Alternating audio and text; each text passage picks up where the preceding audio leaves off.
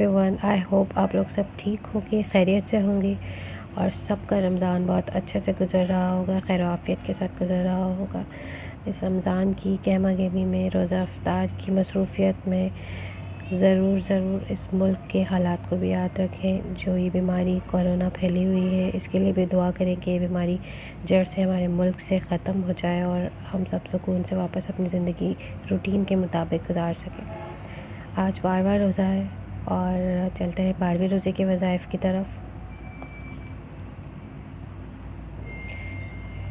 12वें रोज़े में आपने फ़जर की नमाज़ के बाद ये दुआए रिस्क पढ़नी है 40 मरतबा। स्क्रीनशॉट ले लें।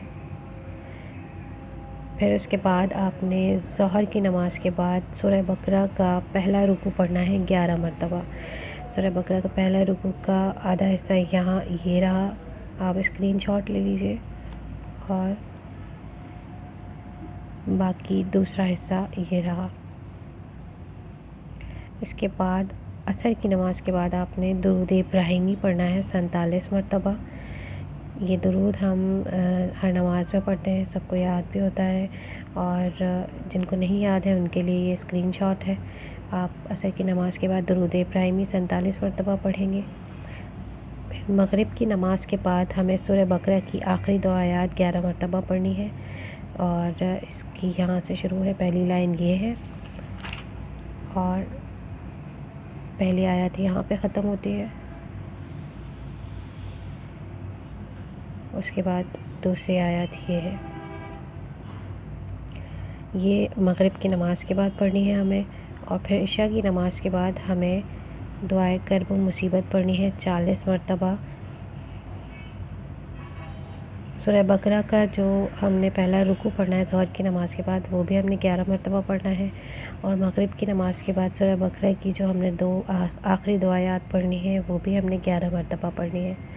उसके बाद नमाज इशा ये दुआए कर्ब व मुसीबत हम 40 मरतबा पढ़ेंगे। असर की नमाज़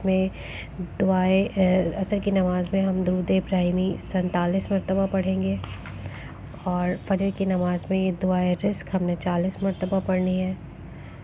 और अब हम एक नज़र डालते हैं इशरा, जो हमारा दूसरा इशरा है, उसकी जो हमें वज़ाइफ हैं जो उसकी दुआ में पढ़नी है उसकी तरफ। ये दूसरा इशरे की दुआ है। 11वें रोज़े से 20वें रोज़े तक दूसरा अशरा कहलाता है, जो कि मग़फ़िरत का अशरा है और ये इसकी दुआ है। आप इसे सुबह शाम 100 मरतबा भी पढ़ सकते हैं और आप जितना चाहें चलते फिरते अगर आप इस्तिग़फ़ार की तस्बीह पढ़ते हैं तो ये मग़फ़िरत का बहुत ही बेहतरीन ज़रिया है। और ये इस अशरे में अल्लाह ताला फरमाते हैं कि जो भी मुझसे मग़फ़िरत मांगेगा मैं उसे माफ़ कर दूँगा। तो आप लोग अल्लाह ताला से अपने लिए, अपने प्यारों के लिए, सब के लिए मग़फ़िरत की दुआ करें।